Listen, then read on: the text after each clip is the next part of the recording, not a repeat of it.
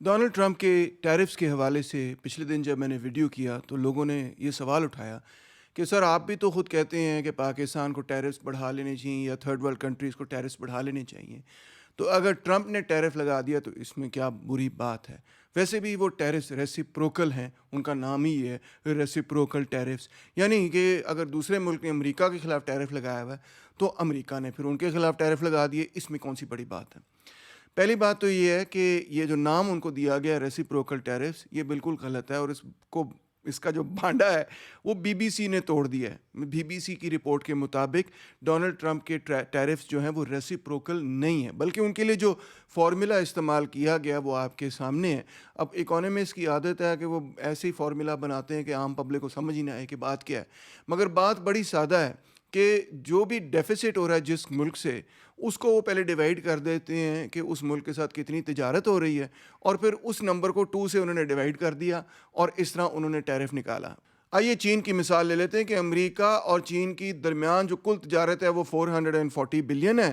اور امریکہ چین کا trade deficits 295 billion کا ہے، یعنی کہ امریکہ چین سے 295 بلین چیزیں زیادہ امپورٹ کرتا ہے اپنے ایکسپورٹس کے مقابلے میں۔ اب انہوں نے یہ دیکھا کہ 295 440 کا 67% ہے، 67% کو انہوں نے آدھے کر دیا، یعنی 34% پہ آپ آگے راؤنڈ آف کر کے، اور انہوں نے کہا لو جی چین پہ 34% ٹیرف لگا دیا جائے۔ یہ فارمولا انہوں نے استعمال کیا۔ اب دوستوں سمجھنے کی بات یہ ہے کہ یہ ریسیپروکل ٹیرف نہیں ہے، چین نے 34% ٹیرف نہیں لگایا ہوا تھا، یہ ٹیرف کیلکولیٹ کیا گیا اس بنیاد پہ کہ چین کے ساتھ کتنا بڑا ٹریڈ ڈیفیسٹ ہے، اس فارمولا کی بنیاد پہ ٹیرف کیلکولیٹ کیا گیا ہے، اور لہٰذا میں یہ کہوں گا کہ یہ ریسیپروکل ٹیرف نہیں ہے، بلکہ جو چین نے عمل کیا وہ ریسیپروکل ٹیرف تھا، یعنی کہ چین پر جب امریکہ نے 34% ٹیرف لگایا تو چین نے کہا ٹھیک ہے جی پھر ہم بھی 34% ٹیرف لگا رہے ہیں۔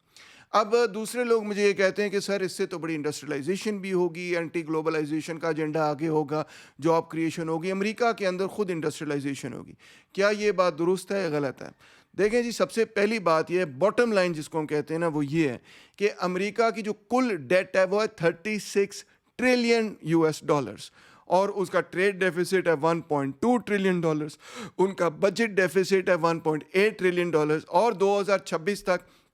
انہوں نے 9 ٹریلین ڈالرز کی ڈیٹ کو ریٹائر کرنا ہے۔ یہ وہ براس ٹیکس ہیں، جو مین چیزیں ہیں جو وہ اکانومسٹ دیکھ رہے ہیں، جن کو وہ کنٹرول کرنا چاہتے ہیں، خاص طور پہ جو 1.2 ٹریلین کا ٹریڈ ڈیفیسٹ ہے اس کو وہ سلیش کرنا چاہتے ہیں۔ اس نقطہ نظر سے انہوں نے یہ سب کچھ کیا ہے۔ آگے اس کی رزلٹ میں انڈسٹریلائزیشن ہوتی ہے یا نہیں ہوتی، یہ ایک علیحدہ سوال ہے اور یہ وقت ہی بتائے گا، مگر فی الحال ہم یہ دیکھ سکتے ہیں کہ امپیکٹ مارکیٹس پہ جو اثرات ہیں وہ بہت ہی منفی ہوئے۔ مثال کے طور پہ ڈاؤ جونز کی ایوریج 700 پوائنٹ سے گری، S&P کی 500 انڈیکس جو ہے 1.7% سے ڈکلائن ہوئی، نیسڈیک کمپوزٹ بھی 1.5% سے ڈکلائن ہوا، یعنی کہ جب ڈونلڈ ٹرمپ نے یہ بات اناؤنس کی تو اناؤنس کرنے کے 24 گھنٹے کے اندر اندر جو سٹاک مارکیٹس ہیں صرف اور صرف امریکہ کی، ان میں 5 ٹریلین US ڈالرز کا نقصان ہو گیا۔ یہ آن دا ریکارڈ بات ہے، اور یورپین یونین بھی بڑا پریشان ہے، اور ایشین مارکیٹس بھی بڑی پریشان ہے۔ یورپین مارکیٹس کے اندر جو سٹاکس یورپ 600 انڈیکس ہے وہ 2.14% سے گرا،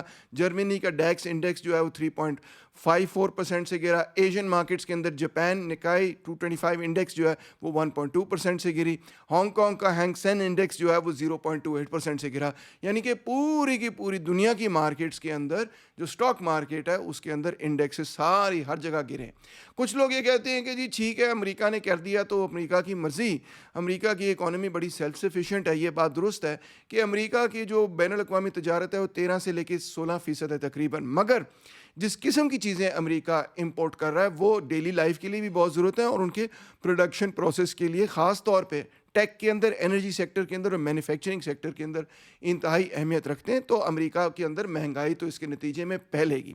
اب میں بھی یہ کہتا ہوں کہ ٹیرفس لگانے چاہیے، مگر میں امریکہ کے حوالے سے نہیں کہہ رہا، میں فرسٹ ورلڈ کے حوالے سے نہیں کہہ رہا۔ ٹیرفس کا مقصد یہ ہوتا ہے کہ جو انفنٹ انڈسٹری ہے، ویک اکانومیز کے اندر، ان کو پروٹیکٹ کرنا، یعنی کہ پاکستان جیسی یا ایتھوپیا جیسی جو کمزور اکانومیز ہیں، وہاں پہ آپ انڈسٹریلائزیشن کے پروسیس کو جب شروع کر رہے ہوتے ہیں تو آپ ٹیرف لگاتے ہیں۔ انفیکٹ آج سے 100 سال پہلے امریکہ کے اندر بھی بہت بڑے بڑے ٹیرفس ہوتے تھے، اور امریکہ ایک بہت بڑی پروٹیکشنسٹ کنٹری ہوا کرتی تھی، مگر جب امریکہ نے